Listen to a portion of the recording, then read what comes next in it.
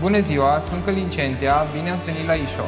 Ne aflăm într-un apartament Isho Supreme, deasupra orașului, cu o vedere impresionantă asupra Timișoarei și împrejurimilor. Isho Riverside A, alături de Parkside D, sunt cele mai înalte clădiri din vestul țării. Panorama de care vă puteți bucura este una impresionantă, aceasta fiind accentuată de vitrajele ample. Toate apartamentele Isho Supreme sunt tailor-made. Asta înseamnă că, împreună cu echipa noastră de arhitecți, vom contura locuința potrivită stilului dumneavoastră de viață. Viu, dinamic, vibrant, dar totodată atât de relaxant și confortabil, modul în care dinamismul orașului se îmbină cu intimitatea zonei creează un vibe unic specific cartierului Isho. Isho îți dă mereu prilej să te bucuri de viață. Așadar, dacă doriți să aflați mai multe detalii despre Isho și despre toate beneficiile care contribuie la creșterea calității vieții, vă invit să vizionați site-ul nostru.